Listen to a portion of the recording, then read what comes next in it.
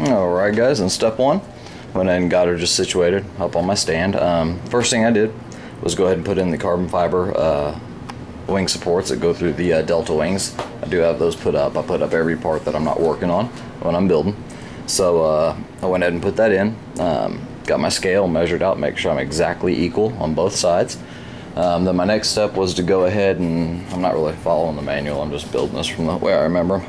Next step was to go ahead and fit the vertical on here, and I went ahead and did a dry fit on that. Man, it wasn't quite sitting as flush, and still isn't as I really want it to. I want to get the paint lines lined up as well as the rest of the lines.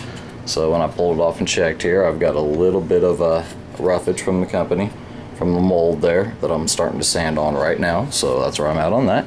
Gonna start sanding there. Then I got some very fine grit.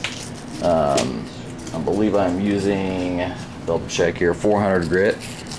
Very fine, very smooth. And what I'm doing is, you can see here, I'll get the light on for you. You can see here that from the company where they put the two fuse halves together, they got some spill out there of the epoxy. So what I'm doing now is I'm just going through, I've already sanded on it a little. I'm just going through and sanding this whole area right here clean and flat, and doing the same thing to the vertical. And then I will wipe that all down with just some paper towel, very lightly dampened with some warm water. Just go ahead and wipe that up. You can use alcohol, you know, whatever you want. I'm just going to keep alcohol away from this paint. I don't know what type of paint they used. Don't know anything about the paint, so I'm going to avoid chemicals if it's unnecessary. I'm not doing enough sanding here to where I'm gonna have to worry about not getting a bond. I know I'm gonna get a good strong bond here. Another thing that you really got to look out for on these kits, guys, whether you're building the kit or even just doing this style of a ARF, is from the ducted fan, the wires come up right through here, and there's a channel that runs right there that you can see, and this channel runs all the way through here on the board and comes out right there. Now this runs your servo wires for your elevons on both wings. It also runs your speed control setup. Everything comes through that little hole, so you don't want to get any epoxy in there if you can avoid it. Now last time I just left this open like this. There's really not a part on the vertical here that serves any point in, you know, having that open. No, there's no airflow involved.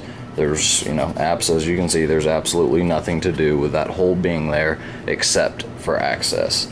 I've actually found better ways to access this region than this hole anyways, and since this will obviously be permanently glued on, there's really no reason for me to have that cut out there.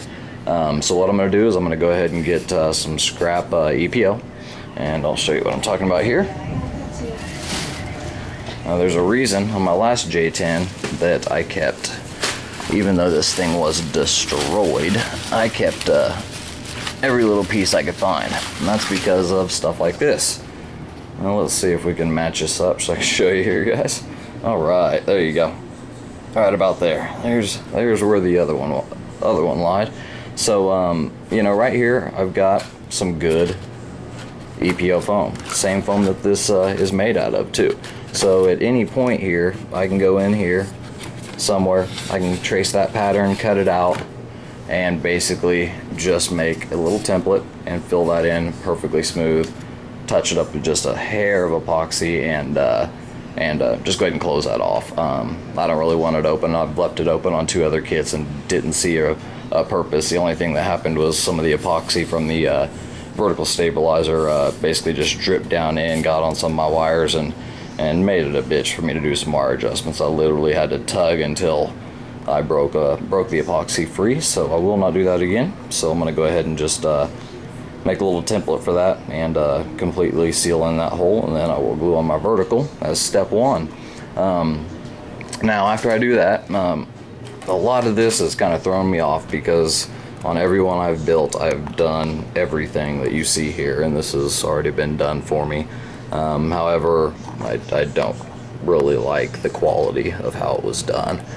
You can see here that this tray, this is your main tray. Now the strength as far as the wood, I had a problem on the X35. It was very brittle. This seems very strong. It seems like it is actually glued in well, so I might not have to do any modifications to that. The steering servo seems to be in really nice shape.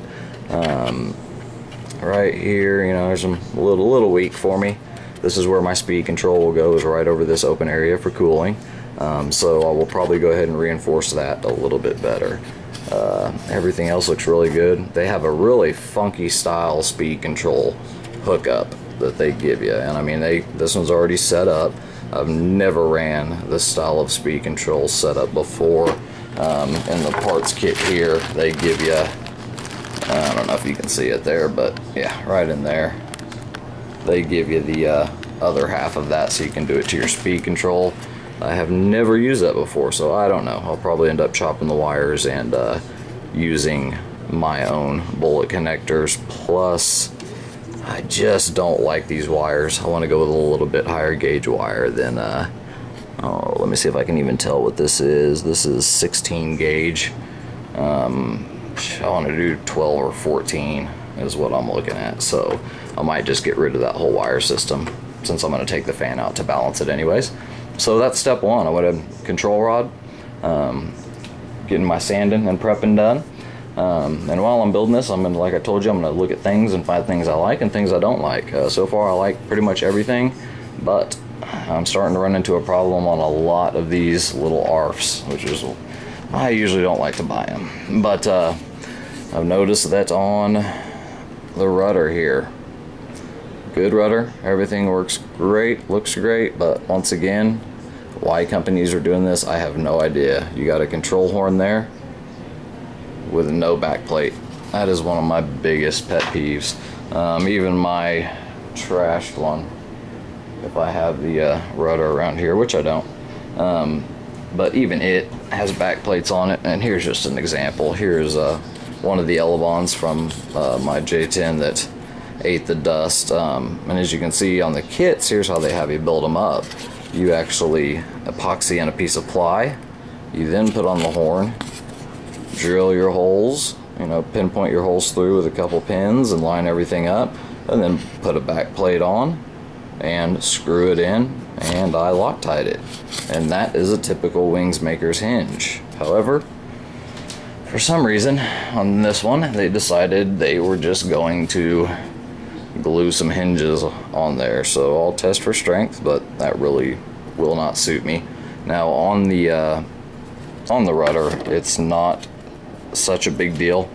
You can lose a control horn on a rudder. I can on this J10 and keep it in the air without a problem. So let me take a look at the wings here. Let's see if they did the same thing. Now I know they did this for show. They want it to look good, but yeah, they did the same thing. We just have a glued control surface in on there. Well, I don't know what I'll do with that. That will be fixed. They're doing it to keep, you know, the top of the wing, the paint job and everything true and pretty. Well, it's not gonna matter if one of those falls off during flight. So those are just a couple things off the bat that I found, but that's the first thing I did was start looking for things I didn't like. Other than that, the setup looks great. Everything's set up great. Awesome. Usually they have cheesy pilots and cockpits and all that kind of stuff.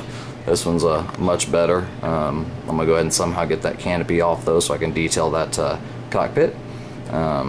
But very happy with it so far. Just don't like the control horn setups, but I can worry about that after assembly. Those will be very easy fixes. So stick around, guys, as I move forward. Hopefully I'll have the vertical on next little clip, and I'm just going to end up making this into a playlist of a build of the J-10 Airshow Edition. So stay tuned, guys.